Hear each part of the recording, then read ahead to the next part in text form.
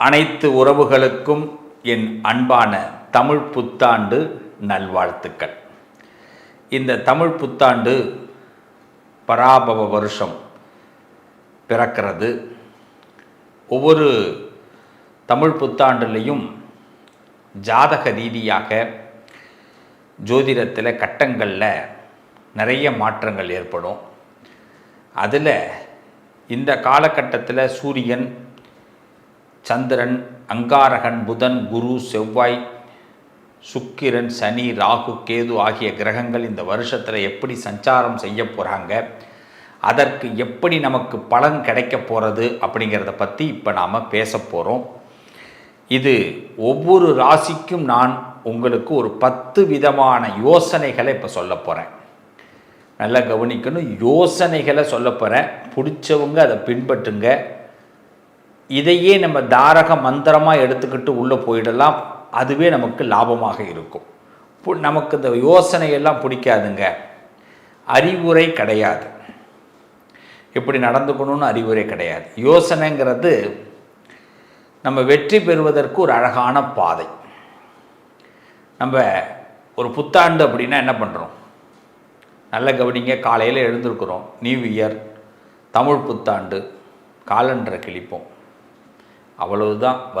வருஷம் இது நடக்கும். வேறு இதை தாண்டி வேறு எதுவும் நடக்க போகிறது இல்லை. இந்த காலண்டரில் ஒரு பேப்பர் மாறும். புத்தாண்டு பிறந்து விட்டது, எல்லாம் சந்தோஷம். அப்படி திரும்பி பாருங்கள். நம்ம வீட்டில் நேற்று ராத்திரி யாரெல்லாம் கோபமாக இருந்தாங்களோ அவங்களும் அதே கோபத்தோடு தான் இருப்பாங்க. நம்ம சொந்தக்காரன் யாரெல்லாம் நம்ம மேலே வன்மமாக இருந்தாலும் அவனும் அதே மாதிரி தான் இருப்பான்.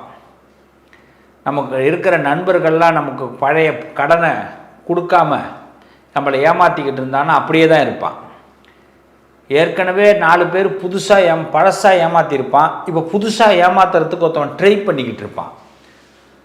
ஸோ இப்போ புத்தாண்டு பிறந்திருக்கு, ஏதாவது மாறணும்னு நினச்சா நான் மட்டும்தான் சார் மாறுறேன்.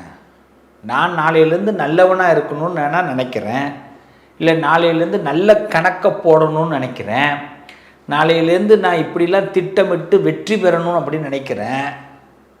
நான் நினைக்கிறதுனால மட்டும் என்ன நடக்க போகிறது? கொஞ்சம் யோசித்து பாருங்கள். இந்த சமூகத்தில் முதல்ல ஒவ்வொரு குடும்பத்துலேயும் அங்கே உங்களுக்கு ஒரு 4 பேராவது ஒரு குடும்பத்தில் இருப்போம். குறைஞ்சது 3 பேராவது இருப்போம். 3 பேர் இருக்கிறதுனால தானே புருஷன், பொண்டாட்டி, ஒரு பிள்ளை, இதுதான் குடும்பம். புருஷன், பொண்டாட்டி 2 பேராவது ஒரு குடும்பம். இதுக்கு அடுத்தது மாமனார், மாமியார், இப்படி இருப்பாங்க. எல்லாரும் மாறுவாங்களா? எல்லாருக்கும் முதல்ல இன்னைக்கு புத்தாண்டுன்னு தெரியணும். இன்னைக்கு புத்தாண்டு, இன்னையிலிருந்து நான் சில சபதங்களை எடுத்துக்கிறேன். யார் மனசையும் நோகடிக்காமல் வாழணும்னு நினைக்கிறேன். அதுக்குன்னு எல்லாத்தையும் ஏற்றுக்கணும்னு அவசியம் கிடையாது. பிடிக்கலைன்னா ஒதுங்கி இருப்போம். அதுக்கு நம்ம வார்த்தைகளால் யாரையும் சுட வேண்டிய அவசியம் இல்லைல்ல. இதை நான் மட்டும் மாறி என்ன பலன்? எதிர உள்ளவனும் மாறணும். நான் எதிர உள்ளவன் செய்கிற தப்பை செஞ்சுக்கிட்டே இருப்பான். ஆனால் நான் மட்டும் அவனை மன்னித்து கொண்டே இருக்க வேண்டும் அப்படின்னா ஒரு நாளும் நமக்கு அந்த புத்தாண்டு புதுசாக தெரிய போகிறது இல்லை. அப்போ புத்தாண்டு அப்படிங்கிறது நம்ம ஒவ்வொருத்தவங்களும் நம்மக்கிட்ட இருக்கிற குறைகளை குறைந்தபட்சம் நீக்குவதற்கு முயற்சி பண்ணணும். குறைந்தபட்சம் நீக்குவதற்கு, சில நிறைகளை நம்ம அதிகபட்சம் எடுத்துக்கொள்வதற்கு முயற்சி பண்ணணும். அதுக்கு முதல்ல என்ன பண்ணணும்? இந்த பராபவ வருஷத்திலிருந்து நாம் செய்ய வேண்டிய முதல் ஒரு சபதம், எல்லாரையும் பாராட்ட ஆரம்பிப்போம். எல்லாரையும் பாராட்ட ஆரம்பிப்போம். அவன் ஏதாவது ஒரு சின்ன நல்லது செய்வான். அப்பா ஒரு நல்லது செய்வார், அம்மா ஒரு நல்லது செய்வாங்க, பையன் ஒரு நல்லது செய்வாங்க. இப்போ தன்னுடைய மாமனார், மருமக, தாத்தா, பாட்டி, எல்லா உறவுகளும், நண்பர்கள், நம்மளுடைய முதலாளி, நம்மளுடைய தொழிலாளி ஏதோ ஒரு நல்லது செய்வாங்க. அதை பார்த்து பாராட்ட ஆரம்பிப்போம். பாராட்டக்கூடிய மனம் என்று வருகிறதோ மகிழ்ச்சி தானாக வந்துடும். மகிழ்ச்சி தானாக வரும்பொழுது இந்த புத்தாண்டு சிறக்க ஆரம்பிச்சிடும். புத்தாண்டுடைய பிறப்பே மகிழ்ச்சியுடைய நிலைத்தன்மையில் தான். இதானே? அப்போ இன்னிலிருந்து நம்ம என்ன பண்ணுறோம்? உலகம் முதல்ல மாறும் அப்படின்னா தான் முழு புத்தாண்டை அனுபவிக்க முடியும். நான் மட்டும் மாறிட்டு புத்தாண்டை முழுசாக அனுபவிக்க முடியாது. ஆனால் நம்ம ஒரு ராசியில் பிறந்திருக்கிறோமே, இந்த ராசியில் இந்த கிரகங்கள்லாம் இப்படி இருக்கும் பொழுது நாம் சில விஷயங்களை பிளான் பண்ணிட்டோம்னா ஓரளவுக்கு மற்றவங்களோடு நாம் மிங்கிள் ஆக முடியும். அப்போ மிங்கிள் ஆகிறதுனால இந்த வருஷத்தை கடக்க முடியும், வரக்கூடிய பிரச்சனைகளை தடுக்க முடியும். அப்போ பிரச்சனையை எப்படி கடக்கிறதுங்கிறத விட பிரச்சனைகளை தடுத்து அதை கடப்போம் அப்படிங்கிற உயர்ந்த எண்ணத்தோடு இப்போ நாம் ஒவ்வொரு ராசிக்கும் பலன் பார்க்க. புத்தம் புதிய வாழ்க்கை, புத்தம் புதிய நிலை, புத்தம் புதிய சந்தோஷம், புதுமையான கணக்குகளை போடக்கூடிய தனுர் ராசி அன்பர்களே, தனுசு ராசிக்கு இந்த பராபவ வருஷத்தில் உங்கள் மனக்கணக்கு ஜெயிக்க போகுதுன்னு சொன்னால் நீங்களே நம்ப மாட்டீங்க. போங்கங்க, எத்தனை தடவை நானும் கணக்கு போட்டிருக்கிறேன், ஆனால் அந்த கணக்கு நடக்கலையே அப்படின்னுவீங்க. எஸ், உங்களுக்கு கணக்கு நடக்கலை, நானே ஒத்துக்கிறேன். ஆனால் இந்த வருஷம் மனக்கணக்குன்னா போட போகிறீங்க. மனக்கணக்குனா என்ன? என் மனசுக்கு தெரியறது இன்னொருத்தவங்களுக்கு தெரியாது இல்லை. அப்போ என் மனசில் நினைக்கிறத நான் நடத்த போகிறேன். அப்போ நான் நடத்த போகிறேன்னா இதுதான் வெற்றி கணக்கு. அப்போ ஒன்று நல்லா தெரிஞ்சுங்க, உங்கள் ஃபேமிலியில் கூட நீங்கள் நினைக்கிறது யாருக்கும் தெரியக்கூடாது. அந்த அந்த டைமிங்கில் தான் சில விஷயம் நீங்கள் நடத்தணும். ஏன்னா இந்த வருஷம் காலம் தனுசு ராசிக்கு நிறைய ஹெல்ப் பண்ண போகுது. காரணம், அர்த்தாஷ்டம சனியில் சனி தொடர்றார். இந்த அர்த்தாஷ்டம சனின்னும் போது காலம் உங்களை திசை திருப்புது. நான் நாளைக்கு காலையில் சோகமாக தான் இருக்க போகிறேன் அப்படின்னு நினச்சிங்கன்னா சத்தியமாக சொல்கிறேன், சந்தோஷமாக இருப்பீங்க. காலையில் நான் ஒருத்தவங்கள்ட்ட ஒரு பதில் எதிர்பார்க்குறேன், அந்த பதில் எனக்கு கிடைக்கவே கிடைக்காது அப்படின்னா நல்ல பதில் வரும். ஆப்போசிட் டைரக்ஷன் இப்போ வேலை செய்யும், ஆப்போசிட் டைரக்ஷன். அதே நீங்கள் காலையில் நான் இந்த விஷயத்தை, அதாவது நல்லது அப்படின்னு நினைக்கிறது கண்டிப்பாக நடக்க போகுது. ஆனால் அது எப்படி நினைக்கணும் அப்படின்னா, அதை பற்றியே கவலைப்பட்டுக்கிட்டு நினைக்க வேண்டாம். இவ்வளோதான். நாளைக்கு எப்படியாவது இது நடந்தாகணும், எப்படியாவது இது நடந்தாகணும் அப்படின்னா அது நடக்கிறதில்ல. காலையில் நினச்சா அது சாயந்தரம் தான் நடக்கும். இந்த 12 மணி நேரத்துக்குள்ளே நம்ம மனசு படாத பாடுபடும். ஏற்கனவே நம்ம நினச்சது ராத்திரி, அதில் ஒரு 12 மணி நேரம், இதில் ஒரு 12 மணி நேரம், 24 மணி நேரம் நம்மளை கஷ்டமாக இந்த சக்கையாக இப்போ கரும்பு புழியிற மாதிரி புழிஞ்சு தான் ஆண்டவன் நம்ம கடைசியில் கொடுப்பான். இதையே நான் என்ன சொல்ல போகிறேன், ரொம்ப சிம்பிளாக இந்த வருஷத்தில் தனுசு ராசிக்காரவங்க என்ன முடிவு பண்ணணும் அப்படின்னா, எனக்கு திறமை இருக்குது, எனக்கு அதிர்ஷ்டம் இருக்குது, எனக்கு அந்த வாய்ப்பு நாளைக்கு எப்படி கிடச்சிரும், எத்தனை மணிக்கு வேணாலும் கிடைக்கட்டும் போ, நாளைக்கு கிடச்சா கிடைக்கிது, இல்லை நாளான்னைக்கு கிடைச்சாலும் கிடைக்கிது, கிடைக்கும் போது நான் அதை ஏற்றுக்கிறேன், அவ்வளவுதான். இதில் நல்ல கவனிங்க, எனக்கு வாய்ப்பு கிடைக்கலன்னு நம்ம சொல்லலை. நாளைக்கு வாய்ப்பு கிடைக்க போகுது, நாளைக்கு கிடைச்சாலும் சரி, நாளான்னைக்கு கிடைச்சாலும் சரி, அது எத்தனை மணிக்கு கிடைச்சாலும் நான் ஏற்றுக்க போகிறேன், எத்தனை நாள் கழித்து நம்ம சொல்லலை. ஸோ இப்போ இதில் பாசிட்டிவாக நம்மளோட மைண்டை போய் செட் பண்ணி வச்சாச்சு. அப்போ என்ன வேணால் மனசு முதல்ல கவலைப்படாது, அது முடிவு பண்ணிடுது. சரி, 2 நாள் டைம் கொடுத்துருக்குல்ல, 48 ஹவர்ஸ் நம்மகிட்ட இருக்குல்ல, அப்போ என்ன பண்ணோம், அந்த 48 ஹவர்ஸு அதை பற்றி சிந்தனை பண்ணாமல் வேறு வேலையை பற்றி சிந்தனை பண்ணிகிட்டே இருப்போம். ஆட்டோமேட்டிக்காக நமக்கு தேவையானது நடந்துடும். நல்ல ஒன்று தெரிஞ்சுங்க, இந்த உலகத்தில் அடுத்த வினாடியை நம்மால் தீர்மானம் பண்ண முடியாது, அடுத்த வினாடியை நம்மால் தீர்மானம் பண்ண முடியாது. ஆனால் அடுத்த வினாடி நல்லா இருக்குங்கிற நம்பிக்கையோடு நம்ம அடுத்த காலத்தை எடுத்து வச்சோம்னா எல்லா வினாடிகளும் நமக்கு சப்போர்ட்டாக இருக்கும். நமக்கிட்ட தேவை நம்பிக்கை மட்டும்தான்.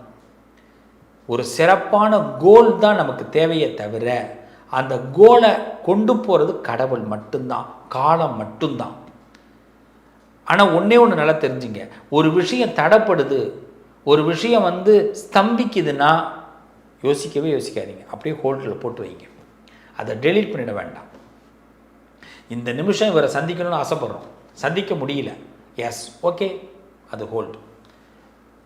சந்திக்கிறதுக்கு அவர் சந்திக்கவே கூடாதுங்கிறத எடுத்துடாதீங்க, அதுமாரி நினச்சிடாதீங்க. இப்போ சந்திக்க முடியல, ஆனால் அவரை கண்டிப்பாக சந்திப்பேன். இந்த பிரபஞ்சம், இந்த யூனிவர்சல் நமக்கு கண்டிப்பாக அந்த பலத்தை கண்டிப்பாக கொடுக்கும். இதுதான் தனுசு ராசி, இதை நல்லா தெரிஞ்சுங்க. புதிய வாய்ப்புகள் இந்த வருஷத்தில் நிறைய வரப்போகுது. பேச்சு திறமை மூலமாக வளர்ச்சி அடைய போகிறீங்க. நிறைய பேரை பேசி கனிய வைக்க போகிறீங்க. காயை கனிய வைக்கக்கூடிய நேரம், கல்லுக்குள் ஈரம் கிடைக்கக்கூடிய நேரம். ரொம்ப அருமையான, ரொம்ப நல்ல விஷயம். ஆமாம், இதெல்லாம் உங்களுக்கு ஒரு அற்புதமான வேலை மாற்றம் கண்டிப்பாக சாத்தியம். வேலையில் நல்ல உயர்வுகள், வேலையில் ஒரு முன்னேற்றம், உங்களுக்கான திறமையை வெளிப்படுத்தி அதில் ஒரு லாபத்தை பார்க்க போகிறீங்க.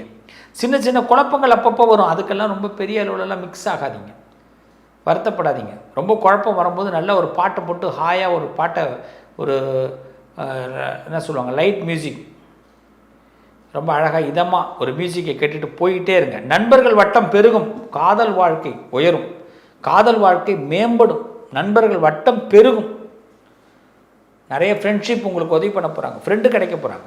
அதுமாரி காதல் படுறீங்க, காதல் எது மேலே நீங்கள் விருப்பப்படுறீங்களோ அந்த விருப்பங்கள்லாம் கை கொடுக்கும். விருப்பமே இல்லைனாலும் விருப்பம் ஏற்படும்.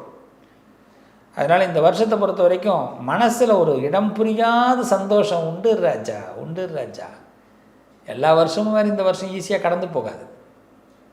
இந்த வருஷம் கால சுவடுகள் நமக்கு ஒரு சந்தோஷமான சுவடுகள், ஒரு ஹிஸ்ட்ரி படைக்கிறதுக்கான நல்ல நேரம். தனுசு ராசிக்கு புத்திசாலித்தனங்கள் நிறைய மேற்கொள்ளப்படக்கூடிய நேரம். அதனால் ரொம்ப எப்பயுமே தனுசு ராசி ரொம்ப என்ன பண்ண போகிறோன்னு தெரியலையே அப்படின்னு இடிஞ்சு உட்காந்துட வேண்டாம். என்ன செய்யாதீங்க, இடிஞ்சு உட்காந்துடக்கூடாது. இந்த வருஷத்தை பொறுத்த வரைக்கும் புத்திசாலித்தனம் தான் உங்களோட பெரிய அளவோட முதலீடு, பெரிய லாபத்தை கொடுக்க போகுது, எதிர்பாராத வெற்றிகளை கொடுக்க போகுது. ரொம்ப பெஸ்ட்டாக இருக்க போகிறீங்க, நல்லா இருக்க போகிறீங்க. விநாயகரை நிறைய வழிபாடு பண்ணுங்கள், விநாயகர் அகவல் படிங்க, விருப்பமான பயணங்களை மேற்கொள்ளுங்கள், எதையும் அவாய்ட் பண்ணாதீங்க, ஏற்றுக்கொள்ளுங்கள், ஏற்றுக்கொள்ளுங்கள். கூட்டிச் செல்கிறேன் அப்படின்னு இறைவன் உங்களை நல்ல வாய்ப்புகளை கொடுத்து கூட்டிச் செல்வார். நல்லது நடக்கும். விநாயகரை பிடிச்சிங்க, எல்லாத்துலேயும் நீங்கள் தான் சூப்பர் ஸ்டாராக வர போகிறீங்க. வாழ்த்துக்கள். என் அன்பான பிளே தமிழ் நேயர்களே, உங்கள் ராசிக்குரிய சில நல்ல விஷயங்களை பேசியிருக்கிறோம். ராசி நல்லா இருக்கணும் அப்படின்னா நாம் முதல்ல நல்லா இருக்கணும். நாம் நல்லா இருக்கணும்னா நமக்கு பிடிச்ச விஷயங்களை மட்டும் இந்த வருஷத்தில் சிந்திக்க ஆரம்பிப்போம், பிடிச்ச விஷயத்தை மட்டும் செய்வோம், நமக்கு பிடிச்ச மாதிரி வாழ ஆரம்பிப்போம். மற்றவங்களை ரொம்ப மைண்டில் எடுத்துக்கிட்டு நம்மளுடைய சந்தோஷத்தை தொலைச்சிட வேண்டாம். இந்த உலகம் ஒரு சூது கவ்வக்கூடிய உலகமாக இருக்குது. இந்த குடும்பங்கள் சூது கவ்வக்கூடிய குடும்பங்களாக இருக்குது. குடும்ப உறுப்பினர்களும் அப்படி தான் நடந்துக்கிறாங்க. நிறைய பேர் வீட்டில் பொய் சொல்கிறாங்க, உண்மையாக இருக்க மாட்டேங்கிறாங்க. ஒட்டுமொத்த ஒரு உலகத்தையும் நம்மளுடைய ஒரு ஆளால் திருத்தலாம் முடியாது.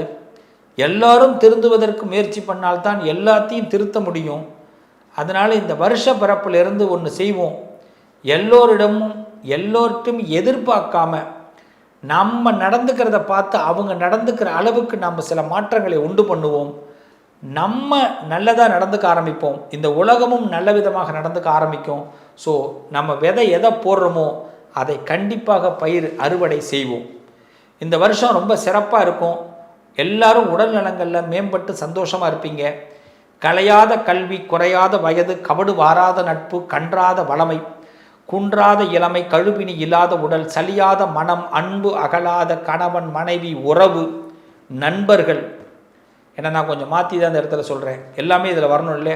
அன்பு அகலாத, தவறாத சந்தானம், தாழாத கீர்த்தி, மாறாத வார்த்தை, தடைகள் வாராத கொடை. நம்ம கொடுக்கறத கூட இன்னொருத்தவன் தடுத்து நிறுத்திடக்கூடாது. தடைகள் வராத கொடை, தொலையாத நிதியம், கோணாத கோல், ஒரு துன்பம் இல்லாத நல்வாழ்வு. இந்த பராசக்தி அன்னை அபிராமி துய்யனின் பாதத்தில் அன்பு உதவி பெரிய தொண்டரோடு கூட்டு கண்டாய் அலையாழி அரிதுயிலும் மாயனது தங்கையே ஆதி கடவுரின் வாழ்வே அமுதீசர் ஒருபாகம் அகலாத சுகபாணி. இதுதான் வார்த்தையே.